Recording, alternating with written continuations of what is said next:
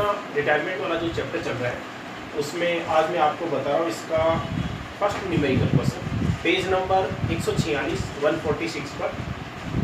इसमें तीन पार्टनर है एक्स वाई जेड और इनका लाभांश का अनुपात दे रखा है 1/2, 1/3, 1/6, यानी कि बटे में दे रखा है। तो एलसीएम निकाल लेंगे तो इनका लाभांश का अनुपात आ जाएगा 3:1। ठीक है। इसके बाद में ये दे रखा है कि वाई ने अवकाश ग्रहण किया है, वाई ने अवकाश ग्रहण किया है और उसके बाद में एक्स और जेड अपने लाभ हानि को 3:2 के अनुपात में बांटेंगे। तो नया अनुपात 3:2 है, तो गेन रेशियो निकालना पड़ेगा हमारे को। और गेन रेशियो कैसे निकालेंगे? नए अनुपात में से पुराना अनुपात घटाएंगे। तो एक्स का देखो नया अनुपात कितना है 3/5 और पुराना कितना था 3/6। तो 3/5 में से 3/6 है वो लेस कर देंगे तो कितना आ जाएगा 3/30। ऐसे जेड का जो नया अनुपात है वो कितना है 2/5 और पुराना है वो कितना था 1/6। तो 1/6 लेस कर देंगे कितना आ जाएगा 7/30। तो इनका गेन रेशियो आ जाएगा 3 और 7। ठीक है, तो गेन रेशियो 3-7 है। अच्छा, उस दिन ख्याति का मूल्यांकन 9,000 रुपये पर किया गया है, तो वाई अपना हिस्सा लेकर के जाएगा। तो 9,000 में वाई का हिस्सा कितना है 2/6, 2/6 कितना हो गया 3,000 रुपये। तो वाई का जो हिस्सा है ख्याति में वो 3,000 है। ठीक है। अब देखो आपके रिवैल्यूएशन अकाउंट, रिवैल्यूएशन अकाउंट के लिए दे रखा है कि मशीनरी और मोटरवेयर पर 15% मूल्यह्रास, दोनों में कमी हो रही है मशीन और मोटरवेयर पर। तो मशीन का मूल्य 17,500 था, 10% की कमी हो गई 1,750, डीआर साइड में दिखा देंगे। और मोटरवेयर का जो मूल्य 4,000 था उसमें 15% की कमी हो रही है। तो 4,000 का 15% कितना होता है 600 रुपये। ये भी हम कहाँ दिखा देंगे डीआर साइड में। संपत्ति में कमी होती है तो डीआर साइड में दिखाते हैं।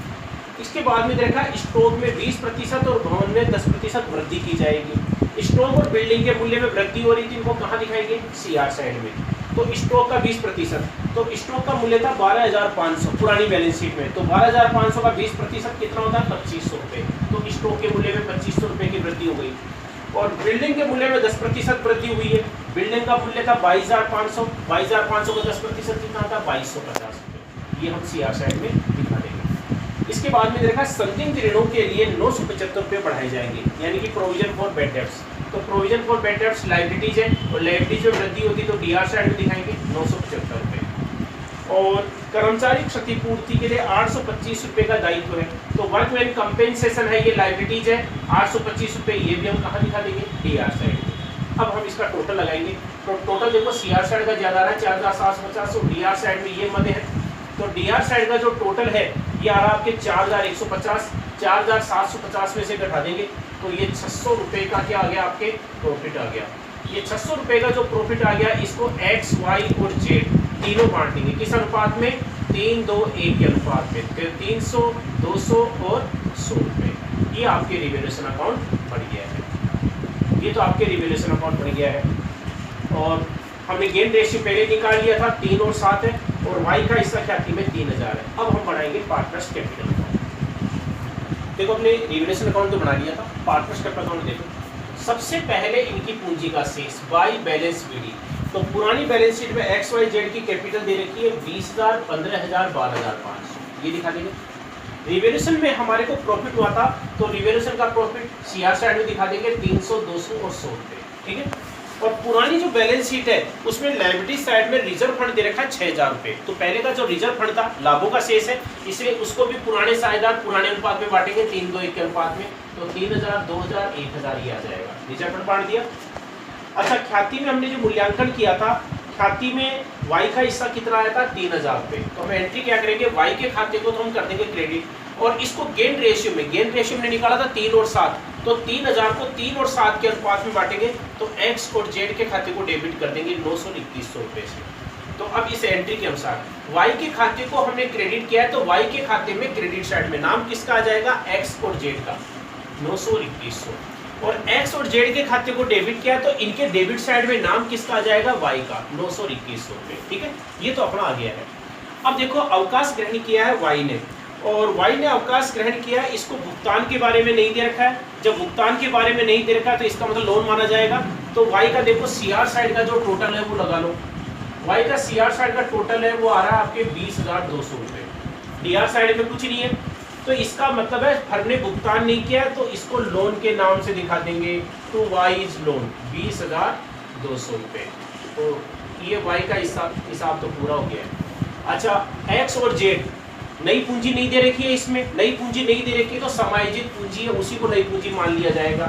तो सी आर साइड का टोटल लगा लो, आपके सी आर साइड का एक्स का टोटल आ रहा है आपके 23,300 और इसका जेड का देखो आपके इसका आ रहा है आपके 13,600 रुपये।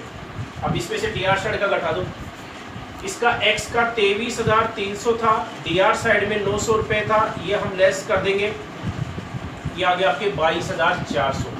तो इसको हम दिखा देंगे टू बैलेंस सी डी 22,400, ये तो गया एक्स का, ठीक है।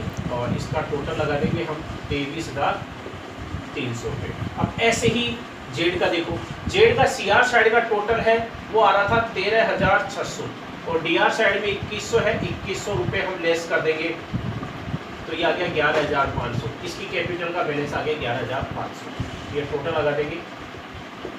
ये अपना बन गया पार्टनरशिप अकाउंट। नई पूंजी हमने याद कर ली, एक्स की 22,400 है और जेड की 11,500 है, क्योंकि इसमें नई पूंजी के समायोजन के लिए नहीं दे रखा है। जब नई पूंजी के लिए नहीं कहा जाता है तो समायोजित पूंजी को नई पूंजी माना जाता है और वाई को भुगतान नहीं किया इसलिए इसको लोन के नाम से दिखा देंगे। तो ये तो बन गया अपना पार्टनरशिप अकाउंट। अब हम बनाएंगे इसका नई बैलेंस शीट पर। देखो पार्टनरशिप अकाउंट हमने बना लिया था, बैलेंस शीट देखो, और बैलेंस शीट के सबसे पहले देखो एसेट्स पक्ष में। एसेट्स पक्ष में पुरानी बैलेंस शीट है, उसमें कैश एट बैंक दे रखा था 1250, इसमें कोई परिवर्तन नहीं है तो 1250 ऐसे कैसे आ जाएगा। अच्छा, डेटर्स जो पहले 8,000 था पहले का पुरानी बैलेंस शीट में, उसमें 250 रुपये का प्रोविजन तो पहले से था और 975 रुपये और बढ़ गए तो टोटल कितने हो गए 1225। तो 1225 रुपये लेस कर देंगे डेटर्स में से तो ये आ जाएगा आपके 6,775। इसके बाद में आता है स्टॉक। स्टॉक का मूल्य जो 12,500 था उसमें वृद्धि हो गई थी 20% की, तो 20% इसमें 12,500 का जोड़ करके दिखा देंगे तो 15,000 आ जाएगा। मोटर वैन का जो मूल्य 4,000 था उसमें कमी हो गई थी डेप्रीसिएशन, तो डेप्रीसिएशन लेस करके दिखा देंगे 3,400 रुपये आ जाएगा।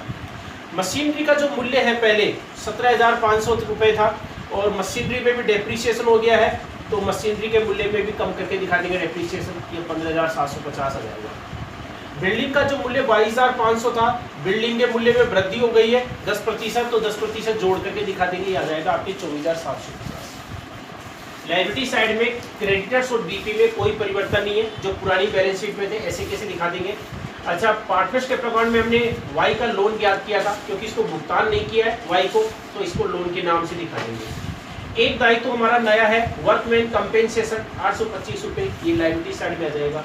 और पार्टनरशिप अकाउंट से जो हमने कैपिटल ज्ञात की थी एक्स और जेड की, ये कैपिटल हम दिखा देंगे तो इनका टोटल आ जाएगा आपके 66,925 रुपये। ध्यान रखना है कि रिवैल्यूएशन अकाउंट में जो परिवर्तन हुआ है वो कमी वृद्धि संपत्ति और दायित्व में देखना, कमी तो घटा करके और वृद्धि भी तो जोड़ करके दिखा। तो ये मैंने आपको बताया था इसका फर्स्ट न्यूमेरिकल क्वेश्चन। इस क्वेश्चन को आप एक बार फिर से रिपीट करें।